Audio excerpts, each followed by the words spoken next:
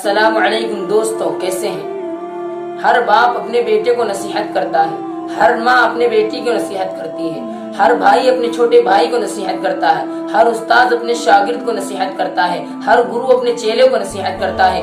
آج میں آپ کو بتاؤں گا میرے حبیب اور آپ کے حبیب حضور اکرم صلی اللہ تعالی علیہ وسلم نے اس امت کے لوگوں کو کیا نصیحت فرمائی، اپنی امت کو کیا سرمایہ دے کر جا رہے ہیں۔ اللہ کے رسول فرما رہے ہیں، کن عالما او متعلما او مستمعا او محبا ولا تكن الخامسة فتهلك والخامسة ان تبغض العلم واهله۔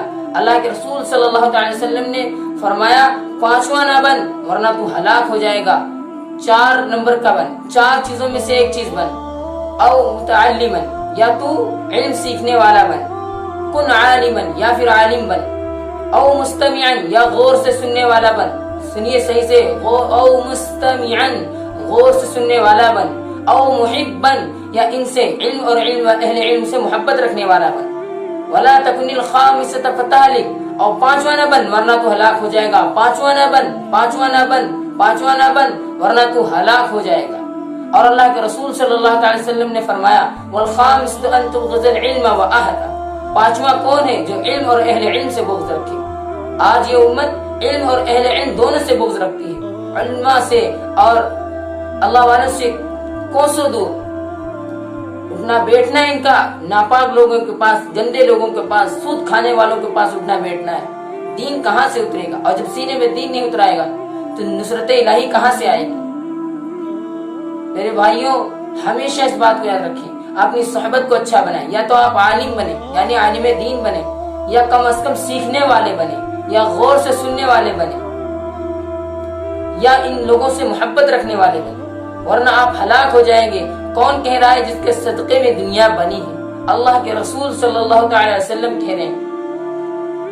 اگر باپ اپنے بیٹے سے کہہ دے تو اس راستے پر چل نہیں پائے گا، بیٹا ایک مرتبہ سوچتا ہے۔ کم از کم اپنے حبیب صلی اللہ تعالی وسلم کی اس بات پر غور تو فرمائے کہ آقائے نامدار حضور اکرم صلی اللہ علیہ وسلم ہم سے کہہ کیا رہے ہیں۔ ان 5واں نہ بنے۔ اللہ کے رسول نے فرمایا، فتولک، اور تو ہلاک ہو جائے گا۔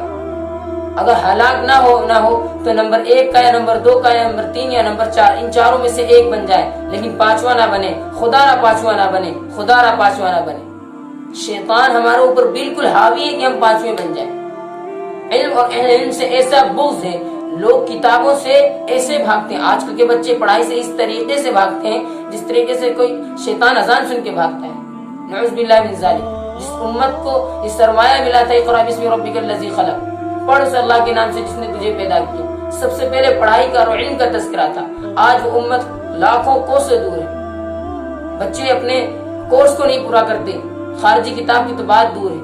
کبھی گھر میں یہ ماحول نہیں بنا کہ 4 بچے بیٹھ کر کتاب اور اس کے اوپر مطالعہ یا اس کے اوپر مذاکرہ کر رہے ہیں۔ اللہ رسول پر توکل کر کے، بھروسہ کر کے اللہ سے دعا مانگے، اور اللہ سے دعا مانگے، اللہ تعالیٰ مجھے ان 4 میں سے بناؤ، 5واں نہ بنا ورنہ میں ہلاک ہو جاؤں گا، مجھے ہلاکت سے بچا لے۔